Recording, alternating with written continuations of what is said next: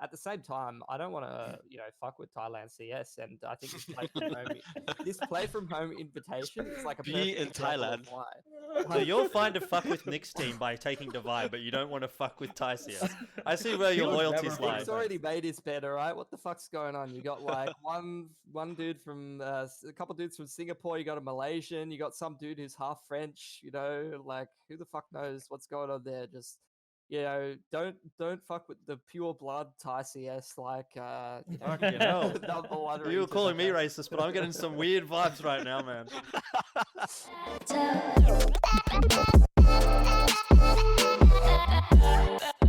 What is a little bit different today is that we have a guest. Now, Nick, I'm going to throw you under the bus to start things off here. Sure. Who are you? And why would anyone that's watching this care about your opinion? Well, let's just say I am CSGO to Asia, I guess. But I don't want to take credit away from all the people that helped me, my staff, the support team. Obviously, I wouldn't be here today without them. But if you've never heard of us, we are CSGO to Asia. We're probably the leading community in Asian Counter-Strike with regards to, our motto, as we say, is elevating Asian CSGO.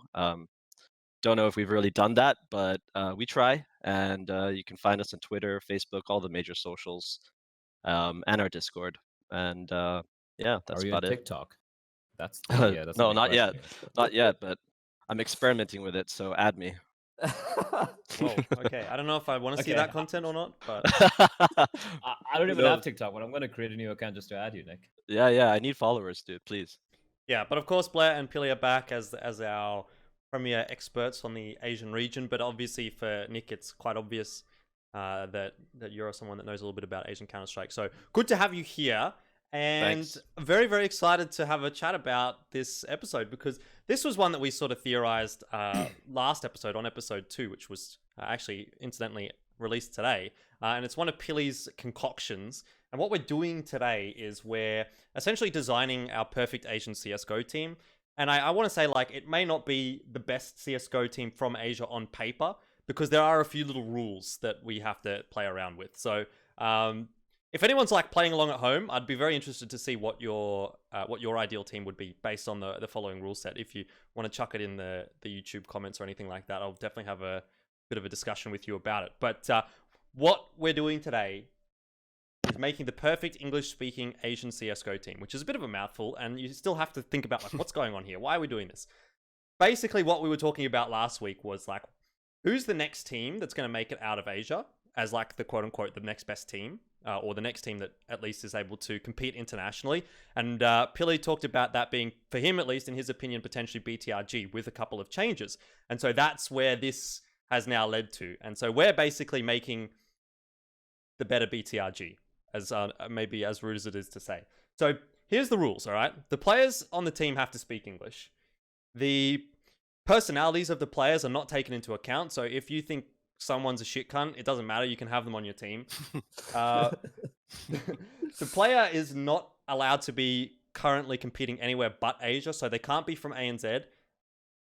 They can't be players that have competed in Asia and have made it out of Asia and essentially escaped yellow hell, which would be someone like Bntet.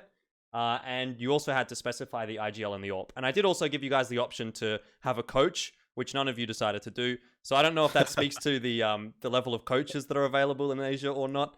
But do any of you guys have anything you want to, any sort of caveats you want to put out before we unleash the teams? Anyone a little bit concerned? I looked at the roster. I looked at the roster I made, and I was like, you know what? I still feel like I still feel we should do a all Chinese lineup as well later on. Yep. Maybe. Because there is, it was pretty hard for me to like come up with my particular lineup. It's a little interesting, I know, but let's see how it goes. I think it's actually pretty interesting how things have turned out here. But yeah, I do want to say that caveat as well. You're not going to see I don't think anyone chose any Chinese players, but primarily due to the fact that I would say that the majority of the Chinese players don't speak that much English, at least to my knowledge. So anyway, without further ado, here are the teams. And so you can see, actually, we have agreed on quite a few things, which is quite interesting. I was a little bit surprised, to be honest, initially. How does everyone have Davai? Oh, I've never been so happy. Yeah, so we're gonna go through and break these all down individually. But Honestly, That's I pretty cool. want to get your immediate thoughts here, Pili. And then we'll go down the line, I guess. Are you surprised to see everyone being so similar? Not really. I mean, I think it's pretty straightforward who the really strong players in Asia are. The thing that I really had a lot of a problem doing for the most part is sort of really strictly trying to fit people into roles. Was the most difficult part. You know, you talked about the coaches a little bit. I mean, ideally, if I wanted to get someone as a coach, it would be Advent speaking English, or I would pick maybe Alex like as a coach or someone like that. I think he would be a really good candidate for a coach, but I don't really know enough about how good Advent can speak English, or you know, whether Alex is someone who would want to be a coach as opposed to just being a player or something like that. So don't have a coach. Yeah, apart from that, I think it's not too surprising how similar the teams are. It's just a case of, you know, I feel like a lot of the better players in Asia, surprisingly for a scene that is so known for its aggression, are sort of more passive players. Like in terms of the stats, like I feel like it's going to be hard to like pick someone who's just going to go run into a site and blow everyone's head off, kind of thing. And I found myself constantly going towards more sort of passive playstyle kind of players, and some mixed in with some role players, which could definitely present some difficulties in my opinion. Yeah, so let's start talking a little bit about the IGL. Obviously, there's no competition here. We've all gone for Erkast, and I can think of my reasons, and I think they're going to be fairly similar to what you guys have gone for. But I know in the previous episode, Bleh, we talked a lot about Erkast, and we talked a lot about Dobu and Tiger, and how we felt that that was a team that could potentially be one of the stronger teams coming into the Asian region in 2020 and maybe in 2021. So it obviously speaks volumes to see all four of us putting Erkast as our IGL for this, like, quote-unquote English-speaking Asia super team. So what are the reasons that you've chosen Erkast as your IGL? It's kind of obvious. I don't think there are any good in-game leaders in Asia right now, especially once you take out the Chinese guys, right? You have Advent, obviously, very competent. You have Kaze, who, in my opinion, is more fitting as a coach. I think Alex has the chops. I agree with Pili. He has the chops. He has the understanding. But in the server, when the going gets tough, and as an all-around fragger, I think he is still very lacking. I think he'd be a good fit as a coach. I really think he can do a pretty good job here. But Erky, I mean, the guy can frag. We all know that he has experience he has consistent experience outside of Asia. I think that's important. Maybe he hasn't played he hasn't had as deep runs as some of the other teams from Asia, like Tyloo for that matter, or VG. But Greyhound had a very, very good run in the past 1.5 years, thereabouts, right? So he's got experience, he's got the understanding, he knows how to call. He has a deep grasp of how CS is played outside of Asia, internationally speaking. And looking at Tiger play, I feel like he's making a lot of sacrifices. Like if you look at his stats, it's nothing impressive, right? And I think he's like making a lot of room for the rest of his teammates to really shine, and they're not shining, which is just unfortunate. But I think someone with that mentality is what we need in this particular team. Because one thing with Asian players in general are they don't respect in-game leaders. They don't respect a cerebral player. They're more like, oh, if you can't frag, I'm not gonna fucking listen to you. And Erky's just gonna fucking shit on them. In a 1v1 server. It's like, no, now I have owned you, and now I am the captain, and now you shall listen to me. And I think that's the sort of person we need. Someone who can frag, who's got the laurels he's achieved in the past, and also someone who, luckily for us, he can speak English very, very well as well. Yeah, so for Erky in particular, like, he's obviously got a lot of experience coming from that Greyhound roster, and he's been able to play a lot internationally. For you, Nick, was that something that sort of put him over the line a little bit, or like was he far and away the only option?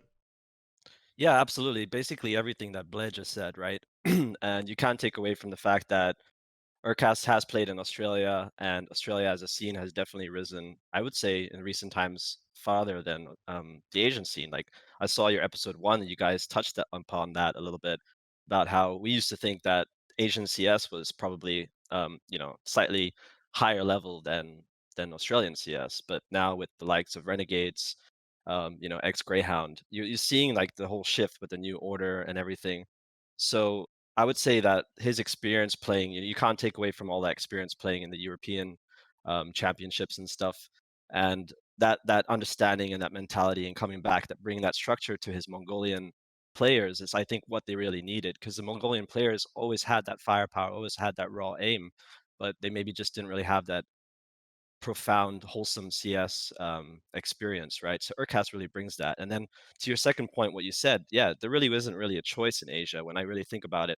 I mean, just for the audience members out there, I am also the co-owner of PaperX, Southeast Asian CSGO team, and yeah, we have Alex, who's an ex Boot player and ex-coach and IGL of Boot, and now the IGL of PaperX. And Alex is a great IGL, but Alex can't frag, and this isn't something that I need to hide from anyone. He knows it, we know it, we're working on it, but he's definitely stepped up in recent times. And like, but there's a limit, right? You always have to find that balance. And right now, when I was picking this ultimate lineup, like Alex, probably is more suited to a coach role versus being the player on this team, even though he does have the in-game expertise. So Erkast has that mix of he can frag, you can rely on him, and he'll be able to call, and he has that understanding of how top tier CS should be played. So I think it's necessary to have him on this team.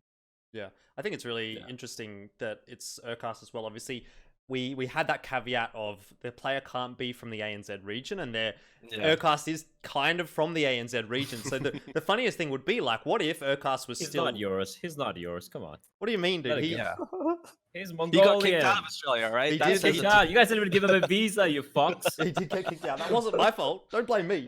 All I'm saying is, though, It's like... a government. It's a government. It's a country. I don't know. Imagine Erkast was still playing on Greyhound/Renegades, right? Because if he didn't have those visa issues, I fail to see a world where he would have been kicked from that roster at this point. I still think he'd be probably still on the roster. Yeah. So, like, it's kind of telling that Erkast is the choice here, and then everyone's sort of saying, well, I'm not so sure that there would have been a second choice. So, Pili, what if you had to choose someone that wasn't Erkast? I know I'm putting you on the spot a little bit here. You've sort of already touched on Advent. Let's assume Advent doesn't speak English.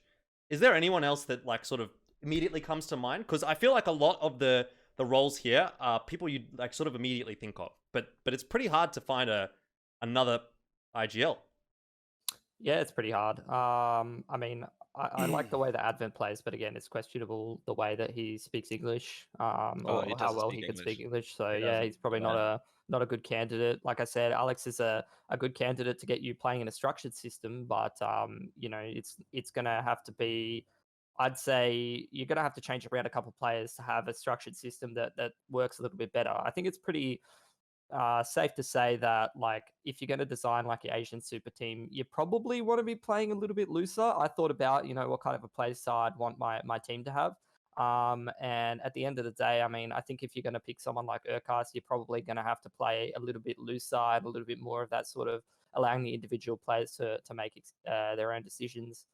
I guess, like, to hard answer the question, it would either have to be Alex. You'd have to pick someone like Alex, unless my memory is failing me for someone else, or you'd have to just go with like no one as an IGL. Maybe just have someone be a really loose IGL and just play really, really simple tactics and just go, full Asian CS and try to rely on the firepower and some more simplistic tactics, or maybe have like Alex be a coach. You can really try to set up, your players to perform in their roles and play a looser but simple tactics that sort of allows the individual players to shine and put you across the line. Other than that, I mean, I guess now that I think about it, the answer is already in my team. You'd have to have Xccurate be your in-game leader, probably. I was really hoping you weren't going to bring that up, because that was going to be like my zinger response. It was going to be, how has everyone forgotten about Xccurate, right? Like, I realize he's not in Bleh and Nick's team, favored for Kaze, but yes. I think if Erkast isn't in the team, you kind of have to go with Xccurate, which means he probably has to also still be your primary AWPer. Or do you think you can fit him in, Bleh, as just the IGL and still keep Kaze in the roster, as we're now sort of starting to dive a little bit into the AWPer discussion as well, I guess? That's a hard one, man. Like, I agree, Xccurate's the only other option I see right now. I wouldn't put Impression in because he's the other option as an in-game leader, but let's be honest, he hasn't really done much with the teams he's been on. He's an okay fragger. He's a great people person. I guess he would be a captain for the team, but from a tactical perspective, I haven't seen his teams do much. Look at what BTRG is doing right now. Look at how Boot Dreams were looking near the end of that particular lineup's run, right? If you do put Xccurate in, one thing's gonna happen: his opping's gonna suffer. He struggled when he already had like 4 insane mad fraggers in Tai Lu. I'm talking about like Bntet, somebody, fancying these guys, and he was still struggling back then. So with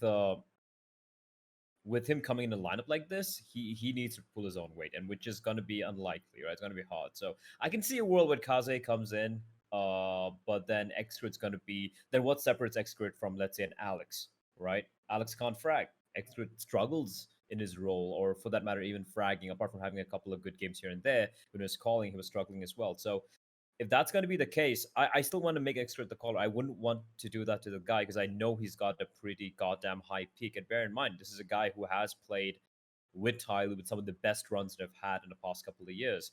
So it doesn't make sense to me. I wouldn't want to negate his skills. I would rather bring in an Alex, make him the in-game leader, and put Xccurate, keep him on the op. I would not want to put the burden of being an in-game leader on Kevin's shoulders anymore.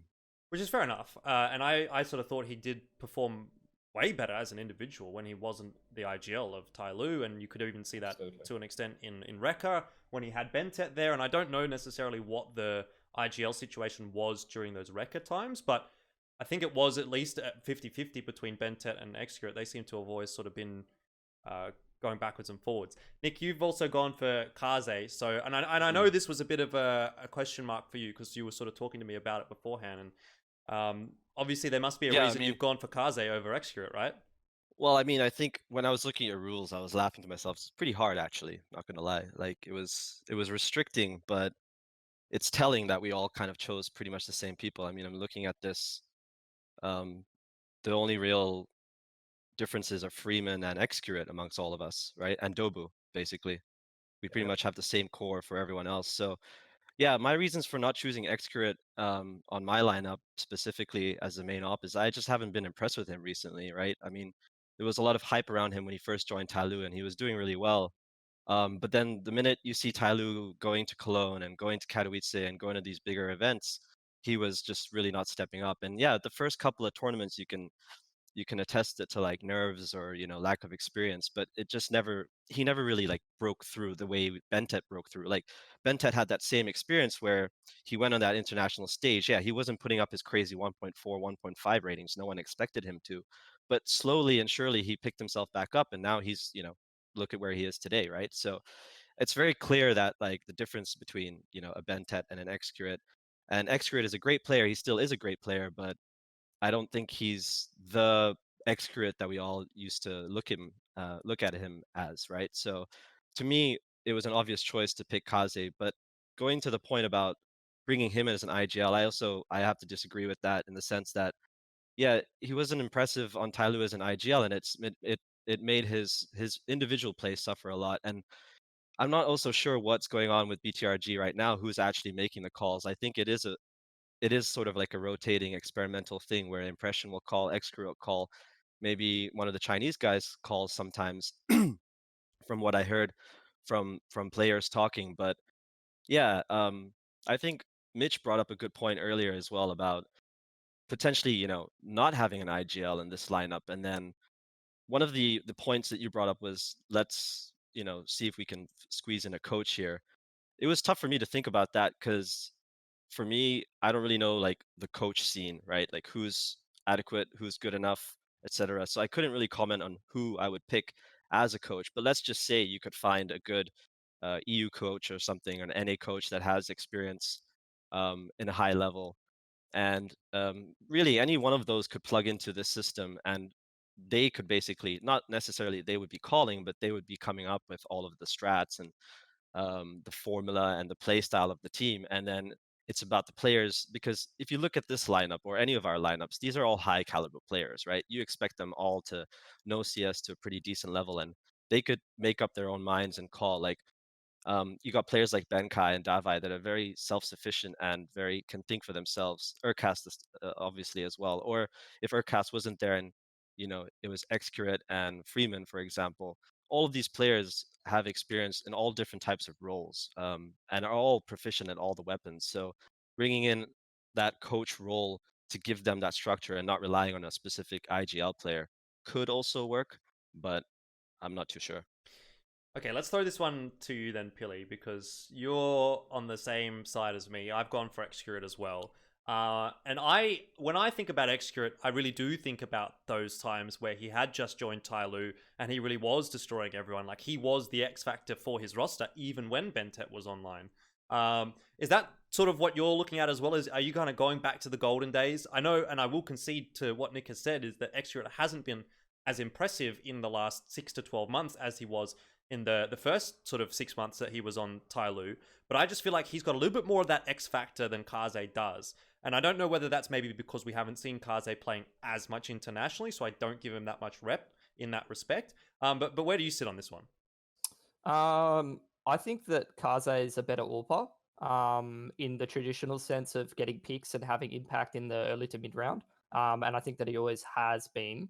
The reason why I picked Xccurate over Kaze, and I have to say it was really, really damn close, is simply because he has potential to be a secondary caller in a team where you might actually need input and you might need some good mid round calls, and also because he has a really good opportunity to, you know, if you're going to play a little bit more structure, you're going to need an individual to take initiative and go and have massive impact. Xccurate's always been a good player. Like, you think about his highlights, they're always like post plants. You know, he's not just going out there and, you know, smashing everybody with the ult like Kaze does, running around the map and finding picks in the early parts of the round to put you in an advantage. He's literally like sitting at new box on Inferno and just taking multiple angles and winning like a 1-on-3 or a 1-on-4 or something like that. And that's the kind of player that he is. So I think having that strength and having that kind of AWPer that can close you out a post plant or something like that, in combination with be a little bit more of that supportive element on the T side, which is hard to find.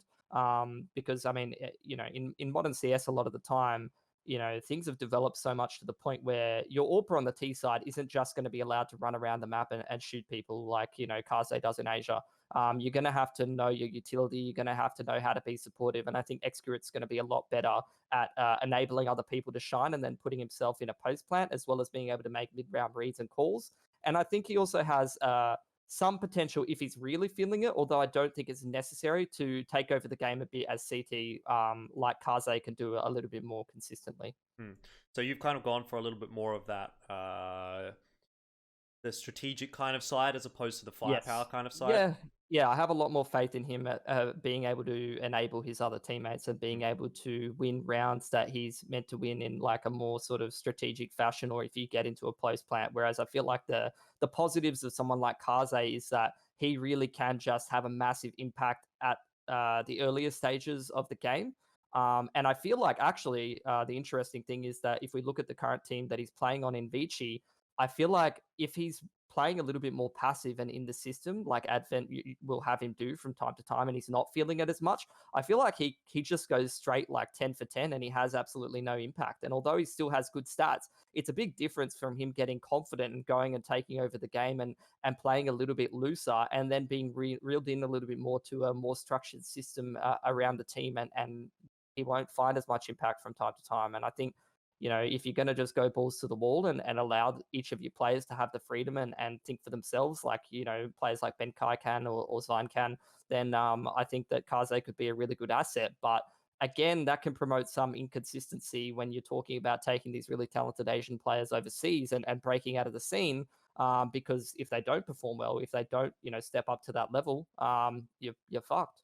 Okay, so this is where I want to throw it back to Bleh and Nick a little bit, because we are talking a lot, obviously, about international competition, and the idea of this team is to be a team that is able to go international and sort of take it, at least represent the Asian region as best possible. So for you, Bleh, is it a sort of a sense where Xccurate's kind of had his run? You know, he's had that chance, and he hasn't really been able to take grasp of it as well as perhaps someone like Bntet was able to do.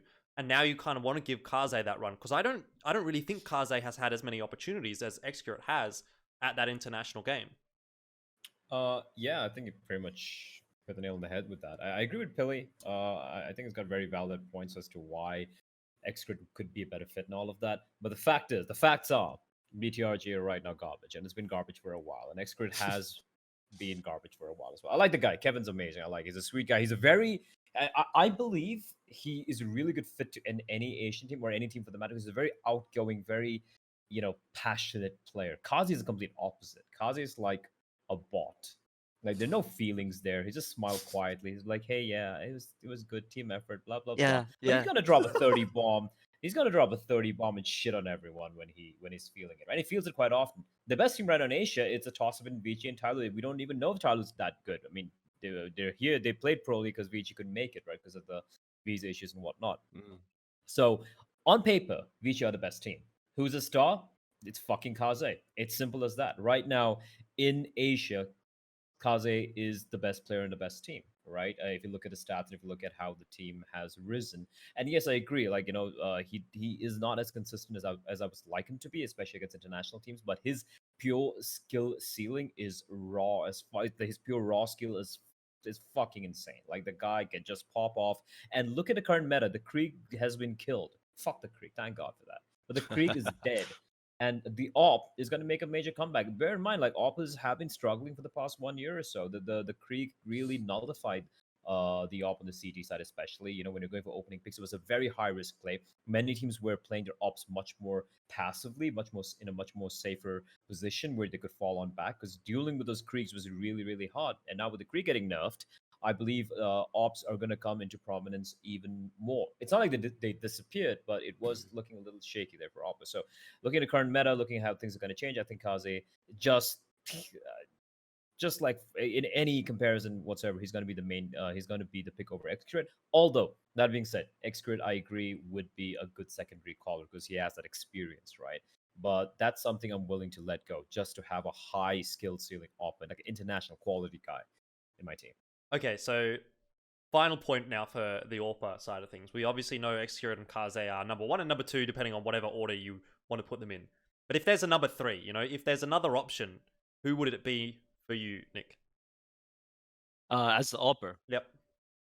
Yeah, Does well, Zeta that's speak the thing. English? Yes. Yeah, Zeta speaks pretty good English, actually. Well, you know, interestingly, I think the answer is on all of our rosters. It's Davai.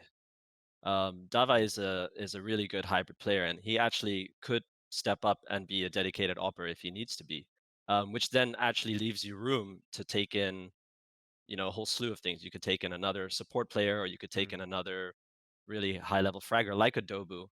So you can mix in Freeman into the mix as well, right? So I think for me, if I had to choose between like the 3 AWPers in Asia that come to my mind actually are Davai, Xccurate, and Kaze. You know, Davai plays main op on PPRX right now, but previously on Boot, that was Splashkey's role. And Davai also played main op on Frostfire, his previous team before Boot. So he's definitely very malleable that way. That being said, I don't think he's going to perform as an AWPer the way like Kaze would in terms of the consistency. But you know, to add flair the way Xccurate used to, or probably could if he brings back his form. Davai has that flair, right? He takes those risky plays. He'll go for those picks early. He'll get those wall bang shots through the smoke shots. He just takes those. He has that extra X factor in him.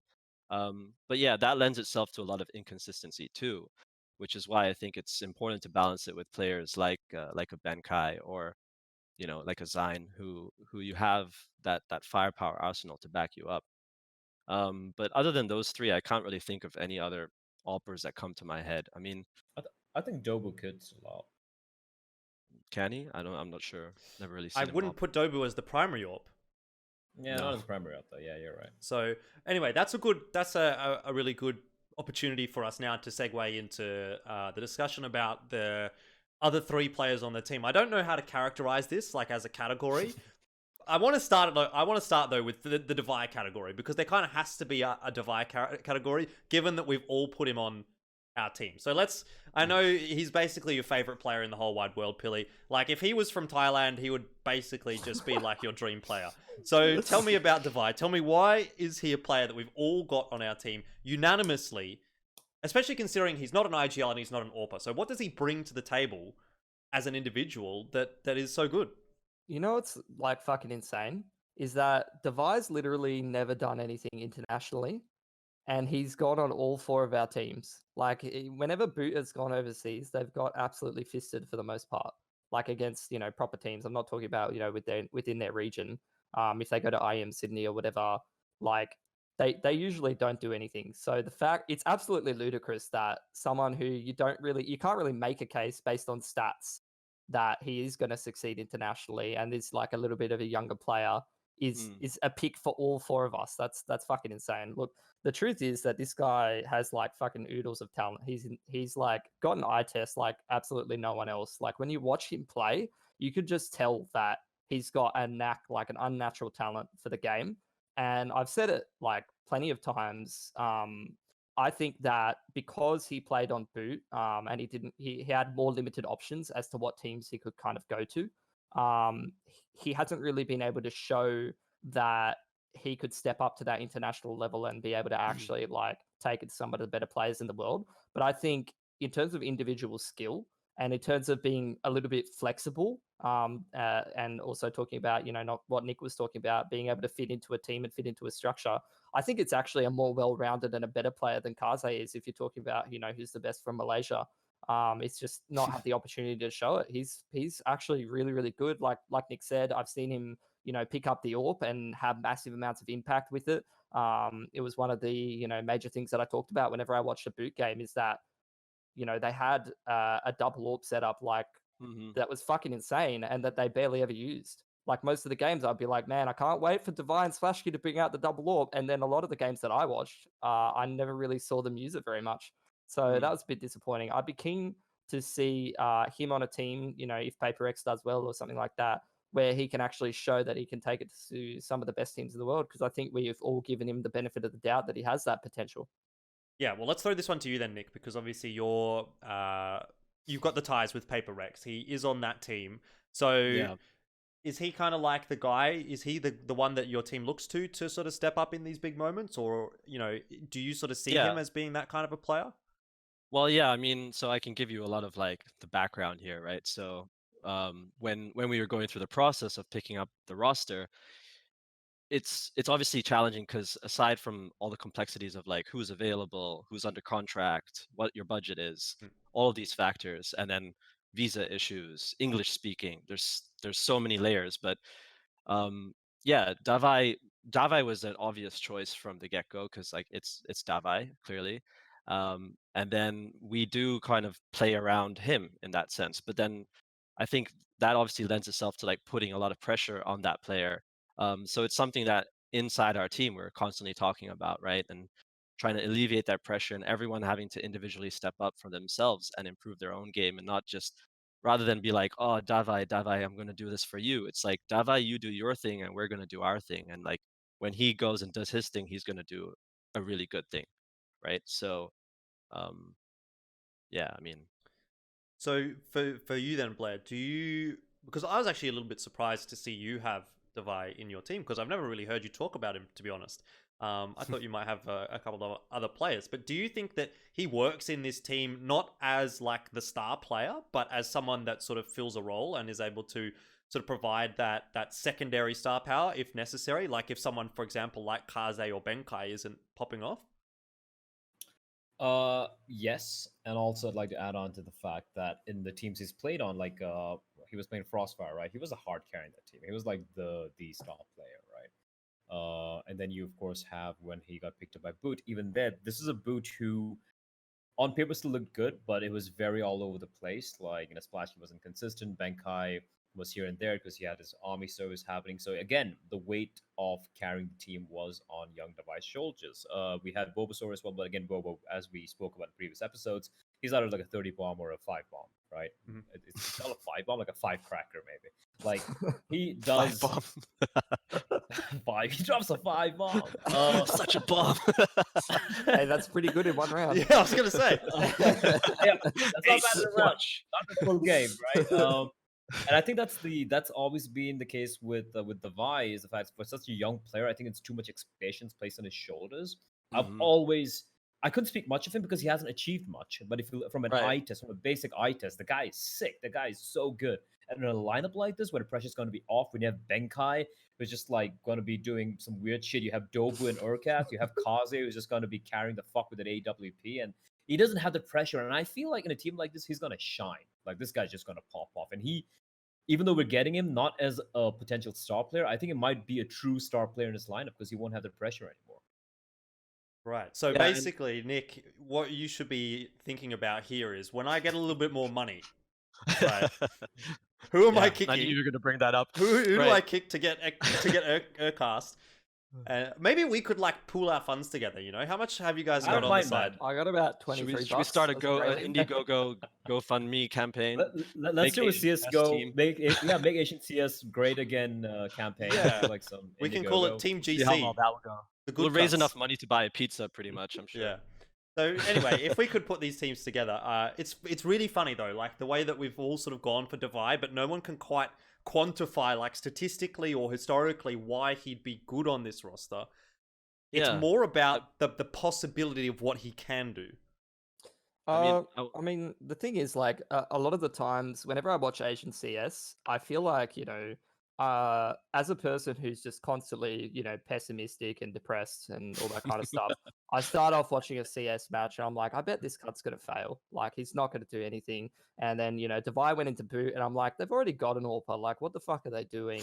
And every single time, Davai's like, prove me wrong. Like, he just constantly performs. He's constantly stepped up. He constantly impresses me every game that I watch him. So, he's definitely earned his spot in my team. I can't remember the last time that I watched Davai. Even when, Boot went to an international tournament and didn't perform well, he would still, get that 15 for 15. Or if he wasn't playing well, you'd be able to give a reasonable explanation as to why. So, at the end of the day, it's like the opposite of being pessimistic. You have to be optimistic for the guy because he proves you wrong every time and he constantly impresses you. Hopefully he might get a call up. Maybe hopefully not for you, Nick, but for the rest of us, hopefully he gets a call No, up. I mean, it's business is business, right? If someone Then- wants to buy him off us, then great. Like, Yeah, then Nick can afford 2 pizzas. Then Nick can afford to buy Erkast. Anyway, does anyone else have anything to touch on for Davai, or are we prepared to move on? yeah, actually, I do yeah, want to add one thing. Okay. Go, Nick. Yes, I remember asking Bleh about Davai about a year ago. It's like, what do you think of this guy? And Bleh was very blunt to me. He said, well, he hasn't done shit. And I mean, like, at that time, I was very passionate about this kid. I was like, oh, Davai's the best, man. Like, he's the next Bntet of Asia. But, like, I mean, I think Bleh's point at that point, that being so thorough and blunt at the same time, it's true. He hasn't done shit. I mean, he's gone to boot. They went to Cologne. They got dumpstered in the group stages, as most Asian teams do. But, like, yeah, it's a fair point. Like, the stats will prove it over time, and results will prove it over time. And I think it adds to the fact that, like, Kaze on Vici as well hasn't had that experience, mainly because I feel maybe Tyloo has always been this block for Vici when it comes to the qualifiers going abroad. It's like potentially removing Tyloo, Vici could be a whole different threat to the European teams, right? If you don't have that. I mean, Mental we saw block. that in Katowice and we saw it Yeah. when they qualified for Pro League, but, visas, a mega lol. Right, exactly. Yep. But yeah, that's pretty much it for Davai. I think, like, the sentiment is clear. We all share that same sentiment. It's this weird X factor eye test thing that you can't really quantify, but he's definitely deserving on this roster. You had something as well, Blair, right? Did I? I don't know. I don't know. You said something. If you don't have anything, we can move on. I don't think I have anything. If I remember, I'll bring it back. All right. Well, I think the key takeaway for me, actually, and why I chose Davai is that he's very, very consistent in a roster of players that I sometimes see not being super consistent. Like someone like Benkai, you can get really, really good highs from, but at times he's also not as consistent as he may have been in the past. And then, again, the same from Xccurate. I think, like what Pili said, you always know what you're going to get from Davai, and you're always going to see him go even or better. And I think that's really important in this kind of a roster as well. So let's move on to the next one on the rung. Now, for the majority of us, that's Benkai. And I want to make the caveat again that this wasn't like in any order. It's not like, oh, Benkai's the 4th choice on the team or anything like that. I've just put them there because it's all on the same line, and then we can talk about how we sort of feel that Benkai fits in as the roster. Now, you have a different opinion here, Pili. You haven't gone for Benkai. We'll talk about that in a little bit. But first, I want to touch on, for Bleh and for Nick, how you guys thought about, choosing Benkai and what the reasons were for that. Now, for me, again, I kind of go back to the golden age of when Benkai was like Bntet before Bntet was Bntet. Do you know what I mean? Like back 2 or 3 years ago, he was the Asian CS superstar. So is that sort of factoring into your decision, Nick, or is it more so the recent history?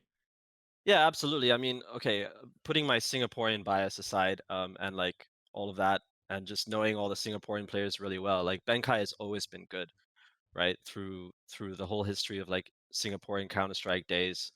From everyone that we know, when you see him on the server, everyone's scared of, oh my god, it's Benkai. Fuck, I'm not joining the server.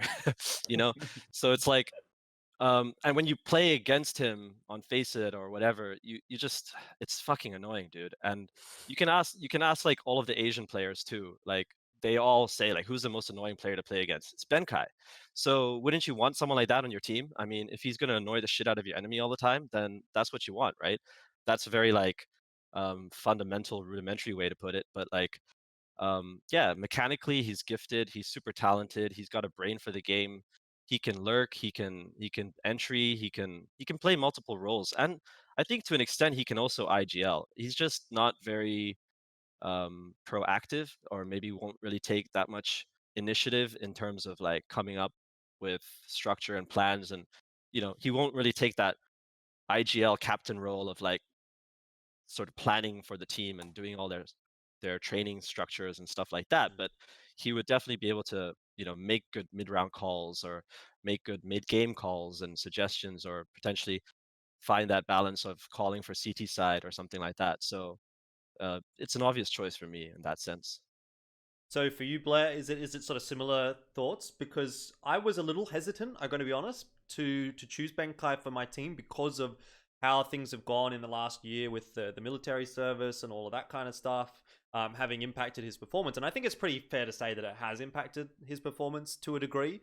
But then I also sort of thought about like the way that we're thinking about this team, and it's not like how they're performing right now. It's like how these players can perform, and disregarding things like the personality. Let's disregard the factor of the military service. Do you kind of feel like Benkai has been a little bit restrained maybe in the last year or so because of the military service? I think it's two things. I think firstly, it is a military service that's obviously going to take a toll, and you got to go and do your stuff, and then you got to come back. I think it's getting done with the service this year, Nick. Yeah, I that's think, right. the middle of the year or something thereabouts. So that's coming to a close. That's good. Number two is because I felt like his team was kind of all over the place in the past 1.5 years. Like Boot have struggled apart when they qualified for Cologne. After that, they've done shit. Teams like Bren, the entire Thai scene, you know, Pili's fuckboys. I mean, they're like destroying them, and they're doing a great job with that, right? And I don't think Boot or Dreamscape or any of his lineups are even close to being what they were a couple of years back. I think now they are definitely in the bottom half of the top 10 in Asian CS. I think that's taken a toll on him as well. You know, lack of motivation. That happens when a team's not performing well, when you know there's no identity to the team. It's going to take a toll on anyone, right? But I do agree, he's got everything else going for him. And if he does come into a lineup like this after his military service, this guy's a freak, man. I remember how he was schooling some of the Aussie teams on Nuke T side. He's just like flanking them like 10 rounds out of 15 on Heaven. I'm like, how is he doing this alone? There's no backup. There's no flashes and smokes. He has this unnatural, uncanny game sense, which is very hard to put down. And I think that's why I pick him. He's just that. He is the X factor in this team. Dobu, Erkast, we know what they can do. Kaze, pretty straightforward. He's an AWP. Davai, we know is Mad Frag, a potential stock. But Benkai, he's the X factor. And I feel in the right environment, he can come back to his old, you know, Bntet before Bntet form. Yeah, see, he's like one of the tragedies of Asian CS as far as I'm concerned, in that Lots of them, but yeah. Yeah, you know, alongside Xccurate, alongside Benkai, those are the two that you look at and go like, they could have had it. You know, they could have been maybe even the next Machine Gun, right? Because if we talk about those players that have gone overseas, they've been able to go overseas. Bntet and Machine Gun are the two. Now, Machine Gun didn't quite manage to pull it off the way that Bntet so far seems to have been able to, but who knows how that experiment's going to work. But yeah, these are the other two that sort of seem like they might have been able to do that. So for you, Pili, you know, you've been nodding your head a lot. We've been saying some nice things about Benkai, and you seem to be agreeing, but yet you don't have him on your team. So what's going on here? Look, Jordan, we've casted a lot of Boot games. Is that right? That is right, and you know I love Boot. Yes. I actually think Benkai is pretty average. And I didn't put him on my team. Given that most of the games that I've casted of them are when they went from a team that looked like they were top 3 in Asia, and they were able to push Tai Lu for qualification spots, even beating them in some like 1 or 2 qualifiers maybe. And then they have gone to a team that started to lose, like Blair and like Jordan said, to Thai teams and other teams in SCA that they shouldn't really be losing to after being a team of such high status for, quite a number of years. I think he hasn't impressed me because probably external factors to, CS, like you've talked about military service, in real life commitments, stuff like that. I think Davai has just been a better player than him on boot for a lot of the time and taken a little bit of that star factor away. So maybe that has sort of altered that little shine that you guys have in your eyes for me. And also, it's a question of roles. I think already on my team, I've got too many players who play a little bit slower and who are going to, be a late round player and stuff like that. And a lot of the time, that's where I see Benkai doing from time to time. Although I know he can be a little bit more dynamic, maybe he'd be that player that you could slot somewhere else. But I feel like when Benkai's doing that stuff, it takes away from what makes him special as a player. I think you need him in that lurk role. You need him to be able to make those individual reads. And if I'm going to choose a player to do that on my team, I'm picking Xign every day of the week.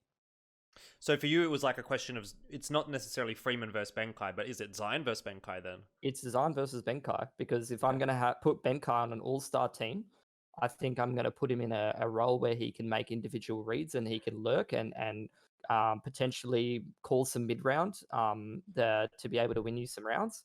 It's not that Benkai is a bad player or anything, but at the end of the day, I have watched a lot of boot games where Benkai has been a little bit too average for my liking in an important game. And I've watched a lot of MVP PK games where Xign drops plus 30 across the best of 3 series. And I'm sorry, there's just no comparison between those two. I've watched a lot of BTRG games lately, though, where Xign hasn't done a whole lot. So what? I disagree with that. I think it's been doing pretty good considering the circumstances, mate. That speaks more to the just overall external factors mix, right? Yeah, well, if we're taking into factor Benkai's external factors, then we have to take into factor Xign's external factors as well, I guess. Yeah, anyway, exactly. We haven't even talked about Freeman yet, Pili. So since he's here and he's your choice on this line, give us your reasoning as to why you've put Freeman in your roster here. Well, as you know, Jordan, I didn't have Freeman originally in my roster. I had Dobu in there, like a lot of you blokes. But I looked more into it and I thought more about it. And at the end of the day, Dobu is someone who, again, has been limited in terms of what he can go overseas for. Playing in Mongolia, playing for 5 power and stuff like that. He hasn't really had the opportunity to prove that he is actually someone who can break out of Asia, even though he's proven he can be a hard carry player and have some good games. Not to mention the fact that although, August has been looking all right, I feel like it's a bit of that Benkai factor. In 5 power, he was literally a hard carry. He could take over whole games in spite of the circumstances of the players not playing very good. But on this team, I feel like he's been sort of neutered a little bit, not necessarily, a bad player or anything like that, but definitely not in that sort of hard carry status. Whereas Freeman is someone who I have seen go to an international tournament and, ace people with the Krieg or be able to actually, play pretty well. Also, he's played pretty average from time to time, but it's more of a question of like actually seeing it with my own eyes as opposed to, has Dobu even played an international tournament yet? I think with 5 power once they went somewhere. He has played a minor. They played a minor. Okay. Yeah. That's it. Yeah. I'll have a look. I think he probably would have played pretty well if it was 5 power at the minor. It was like one of the epicenters or something. I can't remember. Take a little looky. So either way, like obviously you're talking a little bit about Dobu here, but Freeman just seems like a better option in your mind for your team. But I also want to throw this one to you then, Bleh, because I know you had a cheeky little comment in our WhatsApp group, which was, does Freeman speak English? So you must have considered him as well, right? I did consider him. And I do believe that he would potentially be in a pick, but I wanted to look at his team seriously. We usually make up lineups where like, what if we had Bntet and throw in fucking Fancy and somebody, all these guys, right? Yeah. But I wanted to make a team which would actually work on paper. Yep. And Freeman, yes, he can speak English, but I don't think his English is anywhere close to being as good as that of Dobu or Benkai's, right? I really doubt that. And no, I don't think it is. You're right. So it's going to be basic CS English, if that makes any sense. But these are like 5 guys who can speak English properly. So the communication was a big thing. Yeah, Nick? Anything? Just to add, his understanding of English, like I've interviewed Freeman before, like he understands everything that's coming out of my mouth, but he doesn't necessarily have the ability to reply, right? So That's not good enough in the lineup like this. Yeah. That's unfortunate. But I would have believed like pure firepower was Freeman would have been a potentially good fit. But yeah, that's why I picked up Dobu. Yes, he doesn't have the experience, but if you look at the players I've picked, I've taken a leaf out of the Blaze book of not being assholes. Team, teammate philosophy, where all these guys, apart from Kaze, are very outgoing, cheerful, upbeat, optimistic bunch of dudes, right? And I think that is going to be a very big factor because they're all like hard fraggers. Davai is a very affable chap. Benkai, as we all know, he's quiet, but he's also like he's a funny motherfucker, right? He's a really really funny guy. Plus, he likes to he's the sort of guy who's going to always up the spirits of the team. You have Erkast and Dobu. I think it's going to be a good thing for Erkast to have Dobu by his side. Firstly, the Mongolian thing going for them, and I feel like Dobu has never really had the opportunity. Yes, he's played 5-power. He's played with the Mongolian guys, but I've never seen him play in a real team. I don't consider the other team's real team. And yeah, August right now, Tiger as they're called right now. Let's be honest, they're doing shit, man. I mean, like when NCL and the rest of them were like out fragging Dobu and Erkast, caveat being his calling right now, something's not working. And I know what Dobu can do. The guy is sick. I saw him when he was like, 16 or 17, was playing one of the Mongolian qualifiers for a DreamHack event. I was like, who the fuck is this kid, right? And I feel he's potentially better than even Erkast, purely mechanically speaking. So I'll still go with Dobu here, but Freeman was there. I agree, Jordan. It was there in the back of my mind, but the comms, the personality, fitting into the team just didn't work. Okay, well, since we're talking on Dobu for now, my reasoning for having him is very similar to what you said there, Bleh, with the fact that you've got Erkast in the team. I think almost gives a little bit of a boost to Dobu. If you don't have Erkast in the team, I don't know that I probably do put Xign in, but I think these are the two kind of players that like they're almost a package deal for me. Like you've got to have them together now. And so I think Dobu, he's definitely a solid player. He's the kind of guy that hasn't had that opportunity. Very similar to Davai, where if you put him in a better team than he's been in so far, I think you can see him flourish. But he just hasn't really had that chance to level up. And so I think that, for me, this is like a little bit more of an optimistic view. It's not quite as much of a known quantity as someone like Xign or Freeman, who have had that more international experience. But he's the kind of guy who, like, if you give him that good roster, you can foster some good Counter-Strike within him, maybe something happens. So for me, it's maybe a little bit more of a dice roll. But I want to see... I mean, ideally, like, we're never going to see this roster. But if we did, right, I'd like to see how he would go in a team of this caliber. Anyway, Dobu, chosen by two of us. So there's obviously a little bit of an argument here as to whether or not he should be in the roster. So the last person that we haven't really touched on quite as much yet is obviously Xign. So again, Pili and Nick, and I'm going to throw this one to you, Nick, because you haven't spoken in a little while. Why have you got Xign on the roster? I mean, I know why you've got Xign on the roster. Like, he's a great player. But what puts him above these other guys? Yeah, so I mean, you guys touched on that with the whole with Dobu. I mean, I definitely thought about Dobu as well, quite a bit. I've always thought about Dobu as a player that I think deserves to be on like the Asian phase, right? He's got that whole mix going for him. We call it Phasian. Phasian, Asian Phasian. Let's do it. So this Asian Phasian team that we have, Xign stands out. I think you can't ignore the stats. Like, for the last sort of 12 months, he's a top 2, top 3 Asian player. When he was on MVP, like he was carrying that team, and he also has like this weird way of speaking English, whereby he does know what you're saying and he can understand everything, but he's just shy and he won't speak out. So I don't know how that's going to play into this hypothetical Asian Phasian, but Xign, like, he's just got a knack for the game. He can frag, man, and like that's what you need on a team like this.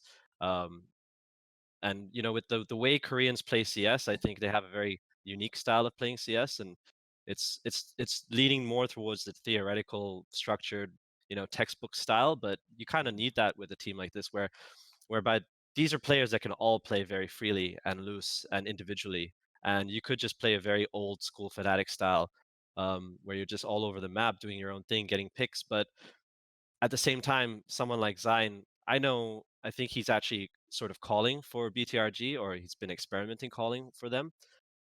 So like, obviously that's not working out for them, but there's something there that he could add value to as well. Like you touched on how Xccurate could step up and be that secondary caller or actually take the role of a caller if need be. I think Xign has that potential too. So for those reasons, I think Xign deserves to be on this roster. Just to add on to that for Nick, I think the one cool fact here is if you look at Nick's lineup in particular, you have Xign coming in from the MVP lineup where they were at one point, some could have said, the best in Asia for a very short period of time. They were top would 3. have said so, yeah.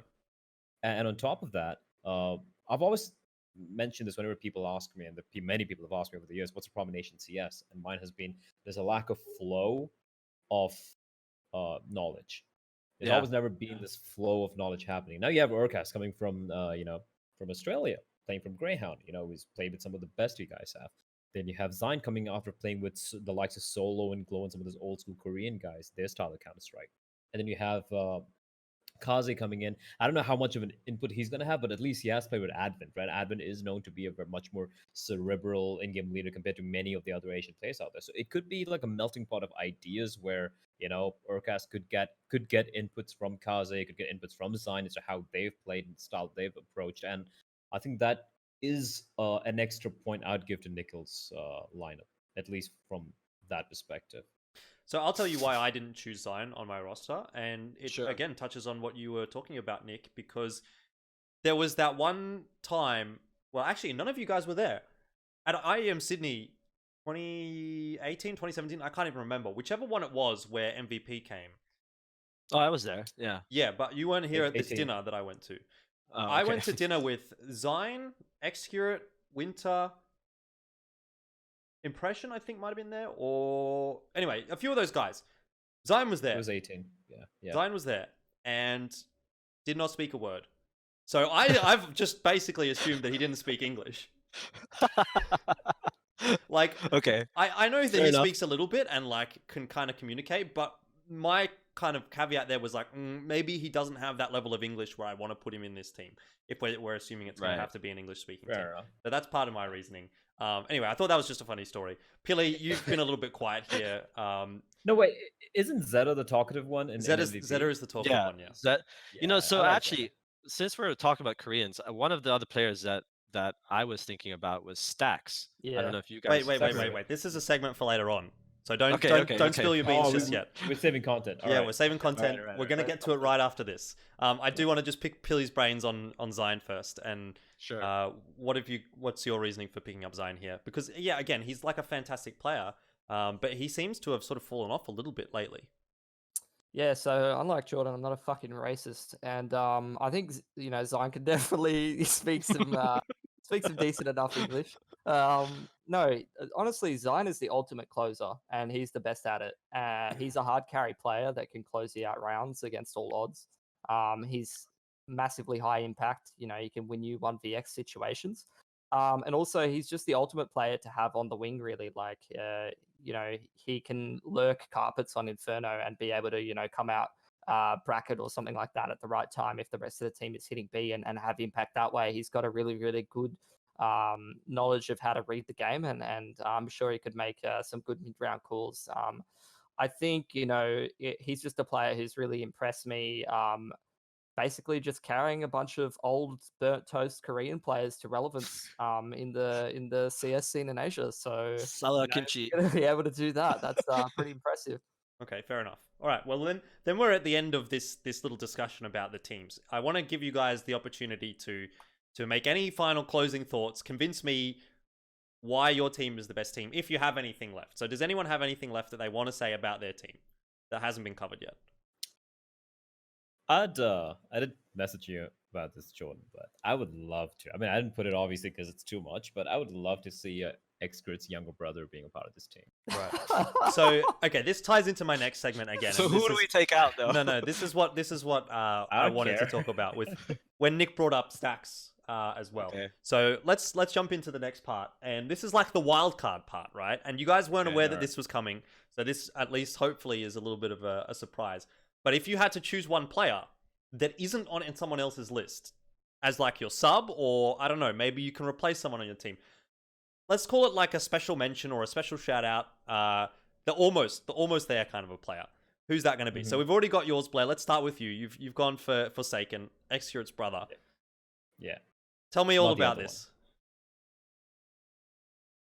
Oh, you want me to like break that down? Yeah, of course. What you're going to throw an opinion out and not break it out? Because it's not what you break down. The thing is, I've seen a kid like Pug stomp. Some of the players on our lists have been stomped by this kid on Pugs, right? I mean, just like he's one of those freaky 13-year-old kid. I think he's like 15 now.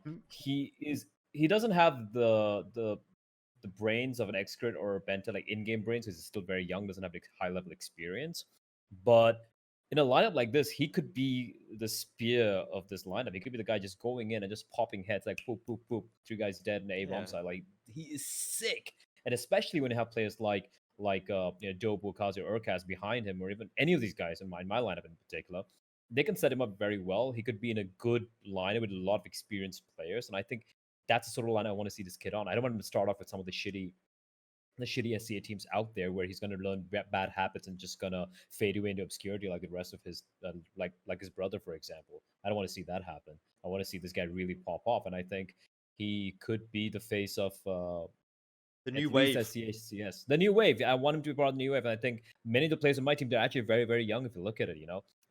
Kaze is a little bit more older, but Benkai is still pretty young. Davai is still a kid. Erkast is also actually age-wise is still pretty young, even though he has a lot of experience, right, along with Dobu. So it's a pretty young team. I want to be dropped in there, you know, play with these guys, and yeah, I think if I had to remove someone, I would potentially remove Benkai to slot Forsaken in. Okay.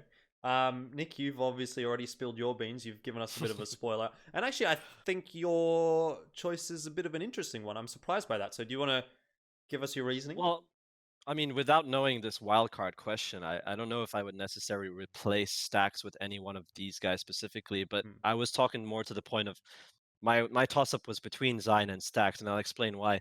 Although Xign is an obvious choice, but I was thinking about this English-speaking part of this little mini project, right? And like Stacks' English is definitely much better than Xign, so I was kind of on the idea of like, all right, if this team was really, you know, relying on good communication, Stacks would definitely fill that void because he's also got that good personality. He's funny.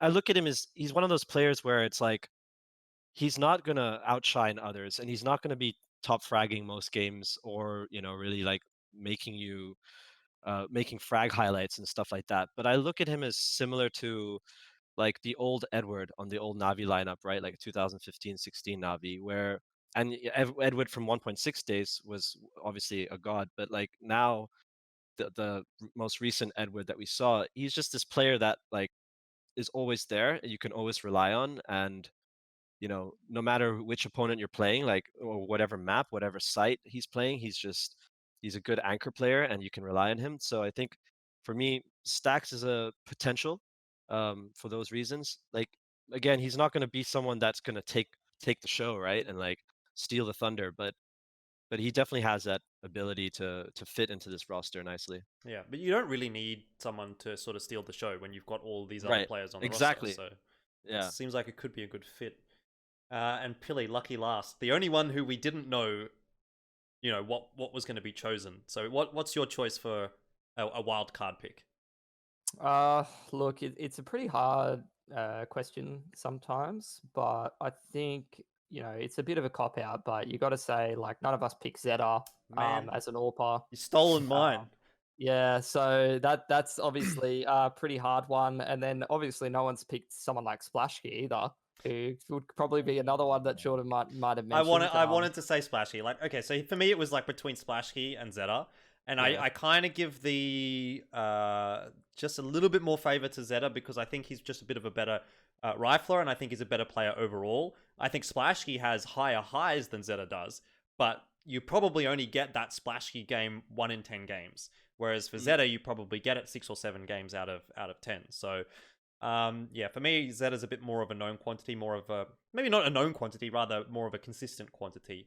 But yeah, I wanted to put Splashkey in, but I just couldn't. If he was more consistent, I would have. Sorry, Nevin. Yeah, it's a good call. I like Nevin. He knows I like him, but yeah, we all like Nevin. I mean, he's my favorite player to watch, right? From the Asian scene. If I had to choose one individual to watch for the rest of my career, it probably would be him. But yeah, if I'm choosing my top 5-6 players in the Asian region, he's probably 7 or 8, unfortunately. Anyways, we talked a little bit about coaches, and I think really we sort of all settled a little bit more towards Alex than anyone else. I think for me it was sort of purely because he can provide that kind of leadership aspect. When you look at a lot of the players on this roster, you know, they're kind of the new age of CS players. They haven't been playing for 5 or more years. So I think someone like Alex can just be that mature head, maybe that could lead the team in a way, more not necessarily so much in the server, because I still think Erkast is going to be able to have that kind of an input. But it's probably a nice thing for Erkast at the very least to have someone to bounce off if you don't have, for example, Xccurate in your team. Yeah, I mean, I would agree with that. I think, yeah, the coaching thing is always hard. I think it's pretty interesting that Tyloo's using that. They've experimented a lot. I mean, they've had the opportunity to experiment a decent amount. They had like Jonta for a little while, but if at the moment they're using that Kings guy who used to play, you know, CS. I mean, maybe Blair would know a little bit better, but you know, if you think about Asian Counter-Strike, there's plenty of blokes who have played like 1.6 and stuff like that in China or whatever. I'm a little bit less familiar with some of the other regions, but you know, surely there's some vet players who you'd be able to, you know, pull out of the woodwork and give yourself a decent shot. Another thing that was interesting to me and that Nick would probably know a little bit more about is that, you know, obviously we saw DSN play for Boot a couple of times and like coach Boot or whatever. So that's something I'd be interested in hearing about. Don't know I think how he's Asian he coaching is. for them right now. Well, I mean, one of the questions here is like, do we really need to look at a coach from this region, right? Yeah. Yeah, that was that's where I the- was that's like, the do we make that a rule or not? I kind of want to Right, say yes, just for the sake of discussion. Just make it like because level harder. if Okay. it's gonna be an international coach, like that kind of ruins the fun, right? Right. You may as well have an international fucking team, right? Yeah, yeah. Just bring in Zonic and then everything will be fixed, right? Easy. But yeah, I guess that's the really tough thing with Asia, and Blair touched on this, and I guess a lot of people have talked about this, about the knowledge transfer in our region. I mean, to be fair, bringing some of the coaches or ex 1.6 veterans out of the woodworks isn't going to happen because they're all busy being finance blokes and making bank. Maybe not right now, but like they've been doing pretty well for themselves since their 1.6 days. So, you know, ask them to come and like deal with a bunch of kids and teach them to play CS. Yeah, maybe they'll have fun, but they're not going to choose that career over And what it's they been have too now. long. And Yeah, Counter-Strike is no longer what it was and back then. that's really the tragedy of Asian CS, right? We just don't have this, you know, these authoritative like figures that we can look up to, or that the players can look up to you know, provide some guidance. So that being said, I don't know, like it's a tough one. I even thought about the idea of bringing in, you know, like a Solo or Termi out of the Korean scene, and just if we're gonna be playing all these hypotheticals, you know, imagine Solo just like learned English in a couple of months, okay, and he can speak English now. He would be probably a really good fit for a team like this, right? Or, you know, Termi had his days with MVP, and as you said, like MVP for a brief moment was the top team in Asia, I would say, circa like 2000, late 2017, early 2018, around there. Yep. They were when like, they played Zen League and all that. Yeah. right, exactly. They were definitely the best team, and you could see that they were bringing things that other Asian teams just didn't have in their arsenal. So there has to be something there, and like from excuse me, from the old like Project KR days and stuff, like the Korean CS scene is definitely one of the best in Asia. So I can't really see anywhere else that you would get a coach from. Like, yeah, the Singaporean scene had its fair share of good players, but really there's no one that stands out from the 1.6 days in my mind. Like, they're the way Asians played CS outside of like the Chinese and the Koreans back in 1.6 was just so different to anywhere else, which is I think one of the reasons why we really you kind of need, like, Alex would be a good coach because he can understand that whole European side. It's nothing to do with the fact that he's half French. It's just because he has really good English and he grew up in Singapore, so he can adapt and learn that knowledge from the EU NA scene and apply it to these players. I think he's also Something quite a mature person. Like as an individual, he to me seems like a leader, and that would be why I would probably put him into this roster. Blair, you've got the final quote for this coach discussion. So make a good one. Well, that wasn't that good, to be honest. I got one. Anticlimax. I want Go Advent for with it, go Google for it. Translate. Hey man, listen, whatever it takes, right? I personally feel there isn't a good coach in Asia. Okay. Alex would Yeah. be like Nichols said. I think Alex is the only good fit here because I think he struggles in the server. He's got a very good understanding of the game. He is a student of the game. He's a smart guy. He's a very, very smart guy. It doesn't translate in the server. Like I've seen some calls, some of the plays that Boot used to do, even Paper X are doing right now. Nick, I'm sorry, I have to like put it out there. That No, when it's I'm fine, like, dude. I'm like, why are we calling this? Like, this is fundamentally wrong. Like, Yeah. you know, you Yeah. and I think it's a mentality thing where I've seen many a time when Alex is calling that they play not to lose rather than play to win, and I've seen that happen time and time and time again. Yeah. And I feel, but if he's standing behind a team as a coach, it'd be different because he wouldn't have that immense pressure of having to make a call on the, at that particular instant. He can like watch the game, he can break it down, he can like, bring it up. So yeah, Alex, I feel is the only likely candidate. He's also a learning coach. He's someone who's still learning. I don't want to bring up some guy who's like, who played 1.6 in 2007, has got like 3 kids, is doing a 9 to 5. It's like, hey man, you want to coach Counter-Strike? And the guy comes up, is like, oh okay. Is this CS online? Like, no, it's global offensive. It's like, cool. I don't want to do that. I'd rather have someone who's in the game right now. So yeah, Alex would be my pick. All right, fair enough. In agreement then, at least for the majority of us. Let's move on from the whole team discussion. We're going to bring back up the normal overlay so you get to see our faces a little bit bigger. Everyone's all over the place, but that's fine. Doesn't really matter. We're in the chat shit segment, which is where we just talk about whatever is interesting at this point in the week of Asian Counter-Strike. And what's happened this week is the Play from Home Cup. Now, Nick, you have been pretty closely associated with this one, obviously with Paper X playing in that. Now, the result of that was that IG won 3-2 over Xign. And I think for me, like, there's not really too many takeaways from seeing IG and Xign in the final. Like, I can see those two being finalist teams. But my main takeaways here are that BTRG, again, had a disappointing result, and Tiger, again, had a disappointing result. Yeah, Bren didn't manage to make it through to playoffs. Yeah, Paper X didn't make it through to playoffs. But, like, we didn't really expect them to. But to see, again, BTRG struggling, and the way that they got knocked out, I was watching it, I think it was yesterday or the day before. They lost 2-0 to IG, and it just looked like they weren't even in the server. So how much of this did you catch, Nick? Were you watching after Paper X got eliminated, or were you... Well, yeah, so anymore? we were covering the stream. I mean, I was there throughout, but I wasn't watching the stream intently the whole time because I was mostly focused on the chat, right? But Twitch chat, baby. Yeah, the Twitch chat, yeah.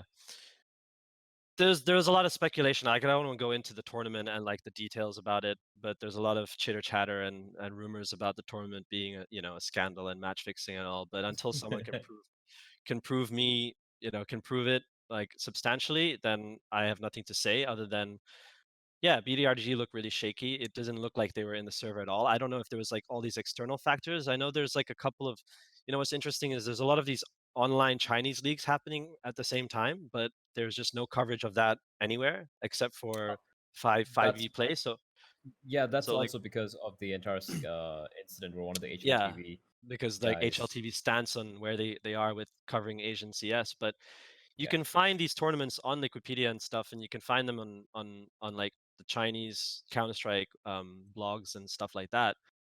So if you're part of the Chinese scene, it's like it seems like it's super active, right? But I don't know if it's a question of like, you guys spoke about this on your episode 1 where there's really nothing. I agree, there's nothing for the teams to play for right now, but then for a few of the teams, there's a lot.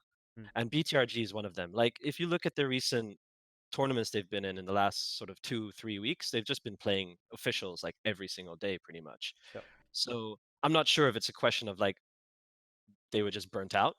It is tiring if you're going to just be playing 5 or 6 games like every 2 days. Just it's quite a lot, and this team is not currently in a good state in the sense that look at their lineup. They're all situated at their homes, as we all should be, and so they're just like all over the place, right? Like 2 players are in China, one's in Indonesia, one's in Singapore. Like Have they even that's gonna. decided on a solid 5? Is it a lineup who played yesterday, like the actual lineup? Well, that's the that's the other thing. Nobody really knows what their actual Nobody lineup is, knows. right? And like for me, from CS:GO to Asia, I tend to ask these teams all the time, and there's never been a response from BTRG. Like when we released that report about Xign joining BTRG, that was just like hearsay and people, chitter chatter on WeChat and stuff. But like I had enough understanding and enough sort of messaging from the same people that it was going to be Xign that I could take that as like proof. But at the same time, no one really knows where this lineup is going to go. I don't think they really even know. So maybe that had to do with something with their results. Yeah, it looks to me like this BTRG roster is going to be one of those teams where you look at them and you say, okay, they could have been something, but for some reason, it just didn't work. They didn't make the right roster moves at the right times. And I almost feel like they've kind of had their run now. Like, I can't see this roster, short of some massive shakeups, being able to be a solid roster. I think they're done, to be honest. Right. Maybe I'm speaking too soon. I don't know what your thoughts are. We'll throw this one to you, Bleh, because you sort of seem like you've got something to say. I agree. I don't think there's anything like I'm like inherently a cynical person as it is, and especially in Asian CS, it's hard to like. I mean, we spoke about this, right? Is there a good team in Asia right now? You have Vici, you have Tyler potentially doing good. Apart from that, like this BTRG lineup, I mean, I think Brent can beat them 8 out of 10 times. Yeah, I know it's not like it's online CS, they're all sitting at home. Take away all of that. Put these guys on LAN. They're gonna suck. I'll just guarantee you right there. Because I don't see any improvement. Once they picked up Xign, they still don't know what the lineup's gonna be. Like I saw Impression tweet out how he's not in control of the lineups, how players are dropping out randomly, the org they decide on the lineup, so he has no control over it, whatnot. So if you're core player, and if you're at least on paper in-game leader doesn't even know what his lineup is going to be like, how can you put any faith in that lineup, right? So I think it's kind of like a failed experiment, and I feel like they're going to inevitably fall apart. And it's kind of sad because those players are still good. Xccurate, Xign, I mean, these are players who any team would be happy to pick up, right? So I think that's going to happen. I think the good two players are going to get picked up eventually, and I think this entire thing is going to run its course over the next few months. Yeah, it's unfortunate because it's like it's almost there. It's like it's almost that dream team that we've kind of theorized, right? It's not the exact players, but you can see there are members of that roster, and there's a good core roster there that could do something if they had the right environment around them.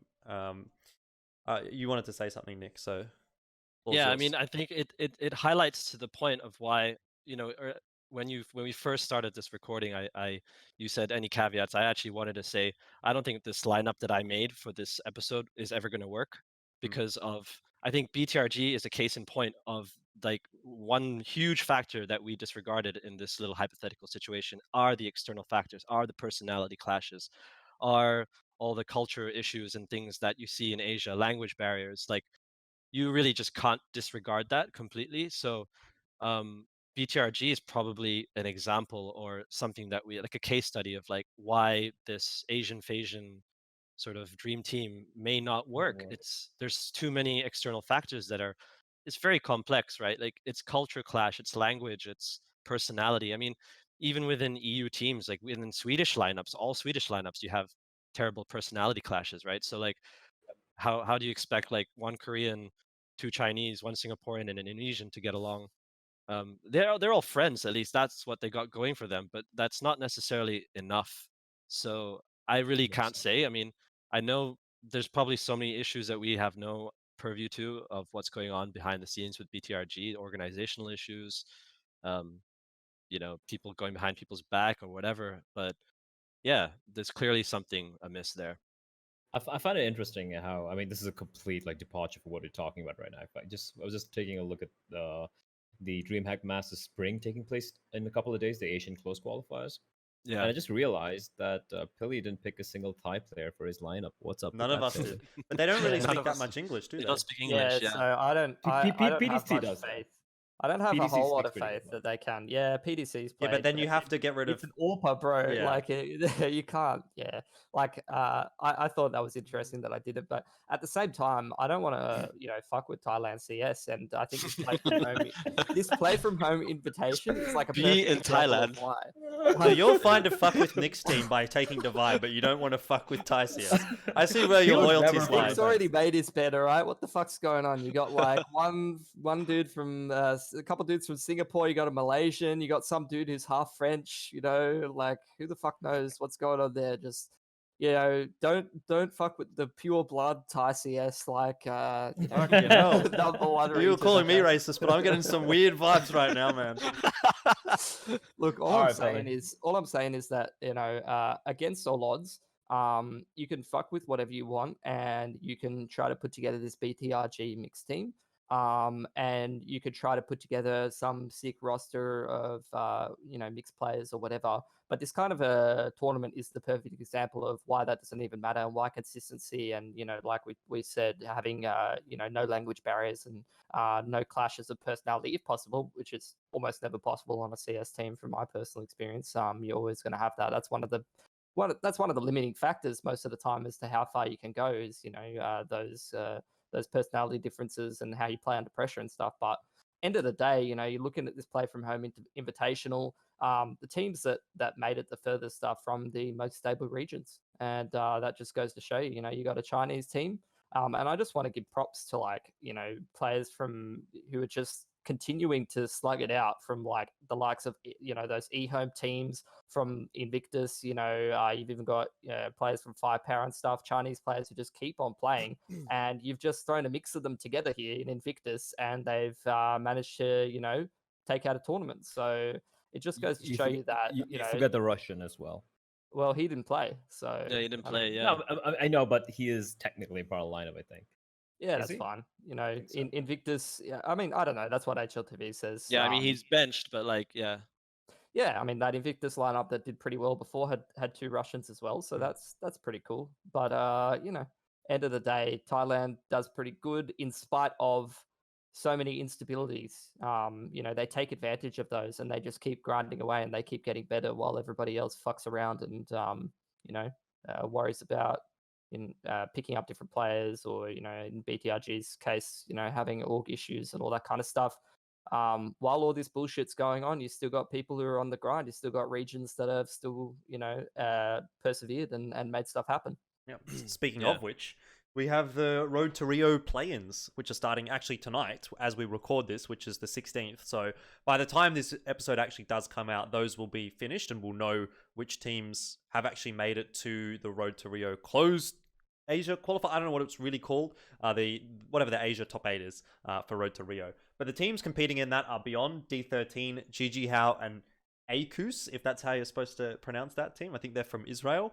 Now, Erkast, yeah. Erkast. To me, this seems pretty cut and dry as to who's going to come out. And I think it's kind of fun just to theorize, even though, again, by the time this is out, we'll know. So let's see if we're going to be right. Pili, I have a feeling that you might say Beyond would probably be the team that comes out in first. Yeah, there should be. There's no way that they should have any competition. At the same time, though, that D13 team is not doing too badly as of late, and the Mongolian scene as a whole has shown that they're, just slowly pushing things along with, three pretty decent teams who can all take maps and games off of each other, and show that they can be pretty strong. So, I mean, Beyond, they need to really get their shit together, because at the end of the day, it felt like they actually upgraded their lineup, putting QQ in there, whereas before they had like, for my money, too many role players. You had too many guys who could just sort of go all right at the end of the day and just do their job within the broad spectrum of the system. But I think QQ is actually one of the better Thai players, so putting him in there gives you a little bit more reaching power that a team like Lucid Dream had before, where it felt like they had the talent, but Beyond was more of I guess a better system where we had more players who were willing to sacrifice around some star power of Olivia and old mate My roles, just doing the dirty. Any contrary opinions from the boys from Blair and Nick? Either of you disagree? No, Not Nothing. Not really. Except for the fact that Akris is gonna play beyond. Like, how does that even work? How does the Israeli team play at that? Yeah, Like, that's gonna be. It's I mean, the beginning. It's the beginning of the. It's exactly what we 300 talked about wars. last week. It's gonna happen. Yeah. Oh god. Yeah. So how is it gonna work?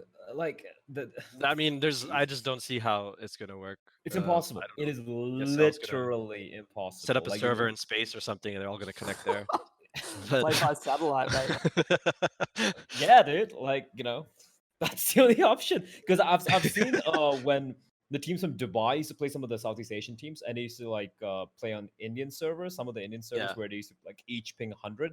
But Israel is not Dubai. It's even I mean, further. in a non-COVID restricted world, the AQUIS could fly to the Middle East somewhere, like in Dubai or whatever, and then play on That's an the Indian fuck- server. Yeah, and then what if when they had to play Jihao, which is Chinese? Like, how's that gonna There's work? the Hong Kong server, exactly. So ESL is gonna have a tough time with this, but obviously they have a plan. Pull an upset is D13. D13, yeah. Like you were saying, they have been playing really well in the Mongolian scene and the East Asian region. So who knows? Beyond it really just depends on this online factor and like Yeah. who's having the better day. So it is actually the top 2 teams, by the way. So it's not like it will necessarily need to be an Oh upset right, for the full sorry, bracket. I just saw that. Yeah. Yeah, so Alright, it's basically it should be D13 beyond going through. Okay. Which is nice. All right, Yeah. seems like we're aligned then on our prediction of that, but who knows what is going to happen. All I'm going to say, Pili, is it's lucky that we're not casting this because I'm sure it would be a shit fight in the studio. You'd get through map 1, 20-minute ad break, one team's like, oh, we can't play. You're still there 2 hours later, and they're like, oh, you know what? Servers are fixed now, and we're playing the game, and it's like 3 a.m., and you're just like, fuck yeah, Yep, Asian and, Counter-Strike. You might be on a salary or whatever, Jordan, but some of us are on day rates and we have to sit through all of these delays. My favorite is just when the pause comes out and you've got your casting headphones on, you're sitting there and all you're hearing is click, click, like the chat just going off of people having a fucking massive whinge. Yeah. They have it turned off, and I just like to think to myself what they're saying. That's when you're in for a long haul. I'm Yeah. actually looking at the road to Rio, the Asian, like the proper one, and you have like Tyloo Vici, Lucid, Marzalite, Tiger, and we're expecting D13 and Beyond to make it through, and then you have Camel Riders. Man, Camel Homies. You called them Camel Homies last week. yeah, Camel Homie. They're gonna get fucked so hard because it's rough Yeah. as it is for them if they're playing this on land, but online, I mean. I think there's a guy from Egypt. Yeah, there is a guy from Egypt. It's not like that's Africa. It's Egypt. I was gonna and play a there's team one from China. Pakistan.